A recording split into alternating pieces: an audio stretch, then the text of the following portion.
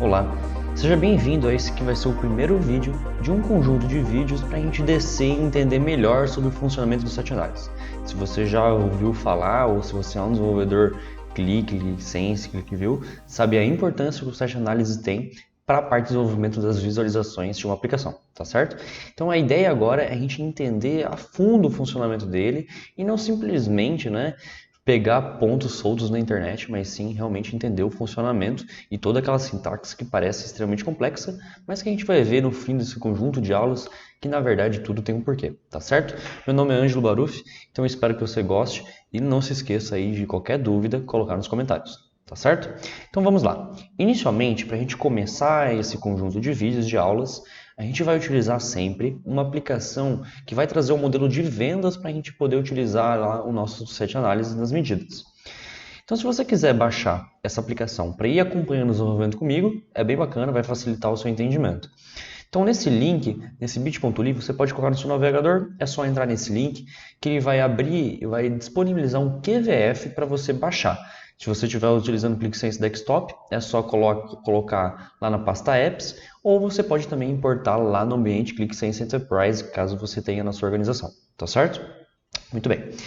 Essa aplicação, vamos lá para ela e vamos ver o que tem dentro dela. Bem, vamos mudar aqui. Excelente. Então, o que a gente tem nessa aplicação? A gente tem um modelo simples de venda, então venda durante os dias, tá? A gente tem os clientes, quais são os países desses clientes, tem os funcionários que efetuaram cada venda atrelado a um cliente, o cargo desse funcionário. Então, imagina que a gente está desenvolvendo uma aplicação. De forma simples aqui, eu vou partir do conceito, ou do princípio, da premissa de que você já sabe o que é medida, painel de filtro, o que é filtro, como é que funciona o modelo associativo, tá certo? Então, se você não sabe isso ainda, dá uma aprofundada nisso antes de assistir essa aula, tá certo? Mas é bem simples, caso você não saiba, você consegue aprender isso aí rapidinho. Bem, vamos lá. Quando a gente está falando de sete análises, a gente está falando de como a medida vai se comportar com os filtros. Então, o sete análises serve para isso, para a gente personalizar o comportamento de uma medida com o filtro e de uma medida. Por isso que quando a gente está fazendo sete análises, principalmente no começo, para a gente debugar melhor o que a gente está fazendo, a recomendação é a gente trazer um painel de filtro lá na parte superior. Então, vamos trazer um painel de filtro aqui na parte superior, com alguns campos que a gente vai utilizar inicialmente para fazer os filtros. Então eu vou trazer aqui o campo de país, vou trazer o campo do ano, tá certo? E vou trazer o nome do cargo também. Então, cargo do funcionário. Então, o país é o país do quê? O país do cliente. Quais são os países que compraram dentro desse modelo, dentro dessa aplicação? Quais foram os anos dessas compras e os cargos dessas compras, tá certo? Eu vou trazer aqui um KPI aqui na parte superior e depois um aqui embaixo. Por que eu coloquei e trouxe dois? Você já vai entender isso. Ambos os KPIs eu vou colocar a seguinte medida, que é a soma do campo valor. A gente tem aqui valor, eu vou selecionar o campo valor e eu vou pegar a soma, tá certo? Por quê? Soma do campo valor ele vai dizer quanto que vendeu. Então, quanto que vendeu agora no caso aqui de todos os anos acumulados de tudo? Então, 1,78 milhões. A gente não aplicou nenhum filtro, ainda não fez nenhum filtro, por isso que é importante o sete análises. Se o usuário não filtrar, por exemplo, eu poderia já trazer aqui um ano para ele. Como é que a gente faz isso? A gente pode utilizar o sete análises para fazer isso. Então, a gente vai ver isso mais para frente, tá certo? Eu vou trazer aqui também o campo, de novo, valor, mesma medida. Por quê? No KPI de cima, eu vou deixar sem sete análises. E no de baixo eu vou colocando os sete análises que a gente vai observando e vai estudando, tá certo? Por que isso? Porque depois eu vou interagindo com o filtro, a gente vai ver que o de cima é o que, como não tem sete análises, a gente vai entender o comportamento padrão. E depois o comportamento com sete análises e poder comparar qual foi o efeito daquilo que a gente inseriu dentro da medida. Beleza. Então vamos lá. Eu vou nesse segundo KPI aqui e a gente vai editar ele para inserir o nosso sete análises. E aí, pessoal, o sete análises ele é um pouco diferente de tudo que a gente já viu em outras linguagens de programação e talvez por isso que os desenvolvedores têm tanto medo de entrar a fundo e entender como é que ele funciona. E isso é o nosso objetivo aqui. Então, qual que é a minha dica? Para você entender toda a sintaxe dele, os vários símbolos que compõem a sintaxe do sete análises, que tudo tem um porquê, entende exatamente o objetivo de cada coisa. E aí você não vai mais esquecer aquilo, mas precisa entender, tá certo? Não decorar. Então vamos lá. Inicialmente o sete análises ele vai começar lá, lembra? Dentro da função de agregação, antes do campo. Então como é que o sete análises é inicializado? Com abre e fecha chaves. Então o primeiro abre e fecha chaves tem um significado. O significado de inicializar o sete análises.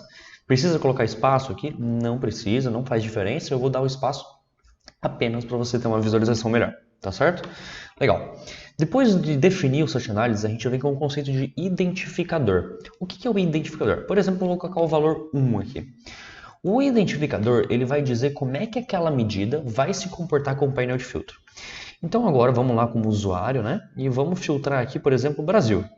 Se eu filtro o Brasil, reparem que a segunda medida, o segundo KPI, não interagiu. Então o identificador 1, ele diz o seguinte, não considera nenhum filtro, tá? Nenhum, nada que o usuário interaja, ele vai considerar. Seja em qualquer campo, não é só para o campo país. Eu posso filtrar, por exemplo, o período e não vai filtrar. Então o identificador 1 não considera nada. Esse cara, a gente não acaba utilizando muito ele porque pensa, se você colocar esse identificador 1, você acaba tirando todas as habilidades do usuário de interagir com as suas medidas e seus objetos, tá certo? Então você tira muito a parte do Search Analysis, da parte de descoberta de novas informações, etc. Então a gente acaba não utilizando muito, mas pode aparecer no seu dia a dia, é legal que você conheça aí, por isso que a gente começou por ele. Um outro identificador, a gente também tem o cifrão. O que o cifrão vai fazer? Vamos dar uma olhadinha? O cifrão vai dizer, considera todos os filtros. Só que, bem, não fez nenhuma diferença. Por quê? Porque por padrão ele já considera todos os filtros, tá certo? Então o cifrão, ele basicamente está ali só para explicitar que a gente quer considerar os filtros, mas ele não faz diferença prática. Tudo bem? Assim, existem vários identificadores. Lá depois a gente pode fazer uma parte de Search Analysis só para explicar as coisas que podem vir aqui, mas esses são os mais importantes, principalmente o cifrão. Agora a questão é, se você não quiser colocar o cifrão e deixar sem o identificador, se subentende que o cifrão está ali, tudo bem? É como padrão, ele já vem por ali. Então se você quiser escrever, se você vê na comunidade gente escrevendo e não escrevendo, é a mesma coisa. Depois do identificador, a gente vem o modificador. Então, o modificador vai modificar o comportamento que aquela medida vai ter com o painel de filtro. Então, vamos lá. Não só com o painel de filtro, né, mas com todos os filtros, tá certo? Então, o modificador ele é definido tudo que está dentro desse menor-maior. Então, por que tem o menor-maior? Para definir o modificador. Legal. E aí eu vou modificar o comportamento do campo país. Por quê? Eu estou dizendo pelo meu identificador que ele deve considerar todos os filtros, porém, especificamente para o campo país, ele deve ser igual a Brasil. Só que eu não posso vir aqui e colocar Brasil direto. Por quê? Porque o campo país, ele não está esperando um valor, ele está esperando um conjunto de valores, tá certo? E por estar esperando um conjunto de valores e não um valor só, porque ele pode ser igual a várias coisas, ele sempre, não é às vezes, sempre vai querer esse abre e fecha chaves aqui. Então esse abre e fecha chaves ele tem esse significado de esperar um conjunto de valores. Então a gente pode colocar aqui o Brasil. Brasil com Z porque o modelo está em inglês, tudo bem? Então agora sim, país igual ao Brasil. Precisa dar aspas simples, duplas? Não, tá? Quando a gente, próxima aula, na próxima parte, a gente vai discutir a importância e para que em que momento a gente coloca aspas simples ou duplas. Então vamos lá, olha lá, então aqui a gente filtrou o país Brasil. Se eu filtrar Brasil, o que tem que acontecer com as duas medidas? Elas têm que ser iguais. Então esse está filtrando Brasil e esse também. Se eu filtrar ano, os dois vão continuar sendo iguais? Sim. Por quê? Lembra que o nosso identificador tá para considerar todos os filtros. A única exceção, o único modificador é o campo país. O resto ele considera. Tudo bem? Então o modificador vai considerar apenas para o campo país. Para o resto ele considera normalmente. E esse é o grande segredo. É por isso que a gente acaba não utilizando muito aquele 1, mas às vezes quando a gente quer desconsiderar um campo, a gente coloca ele ali no Search Analysis. Muito bem. Então, legal. Agora ele está responsivo 100%. A única diferença é que é sempre em relação ao país Brasil. Tudo bem? Vamos lá. Mais algumas coisas que a gente pode fazer aqui. Esse campo Brasil, a gente pode colocar... Lembra que ele espera um conjunto. Então, Brasil, vírgula, eu posso colocar mais coisas. Brasil e Argentina, por exemplo. Argentina, certo? Cuidado para não escrever errado, porque senão vai dar problema, tá bem? Se ele não vai encontrar o valor. Então, cuidado, porque ele não vai dizer caso não exista. Então, vamos vir aqui, por exemplo, e filtrar a Argentina. Então, deu 10 mil. Agora, eu posso filtrar o Brasil também. Então, quando eu pego o Brasil, aí sim vai bater os valores. Certo? Eu vou te ensinar um jeito muito fácil de você inserir esse Search Analysis mais simples, tá? Mas lembre-se, isso é só uma forma para te otimizar o tempo de você escrever o script. Mas a minha recomendação, que é para você que está aprendendo, desenvolva na mão. Porque depois você vai precisar desses conceitos. Porque o que eu vou te mostrar agora só funciona para esse Search Analysis mais simples.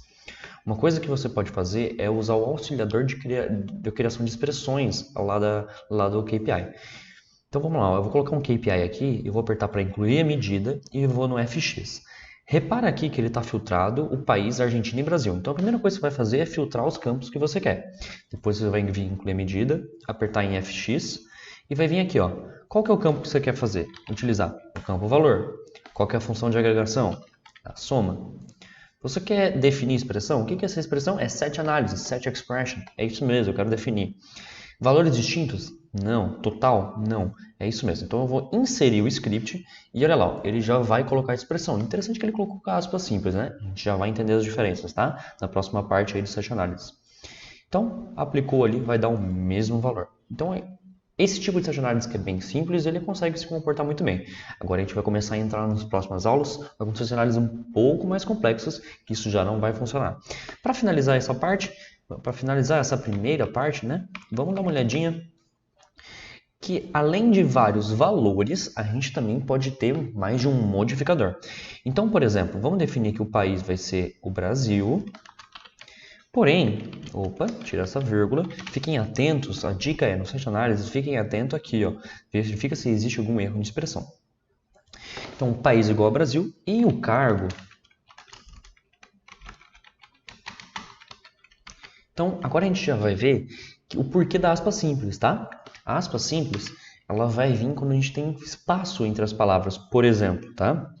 Existem outros fatores que podem fazer a aspa simples aparecer. Mas basicamente o caractere espaço ele vai quebrar a sintaxe. Então sempre quando você tem esse tipo de caracteres que quebram a sintaxe do set analysis, você tem que colocar aspas simples.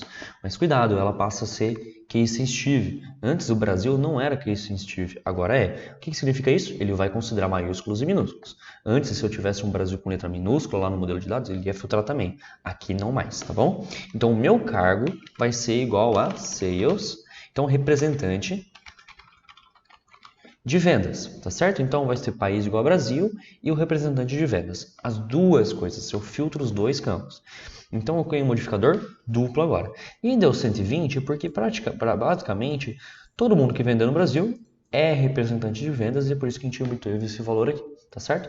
Então, o que ele fez foi dois filtros aí dentro dessa medida. Se eu filtrar o ano, ele vai dar a mesma coisa que a medida sem set análise?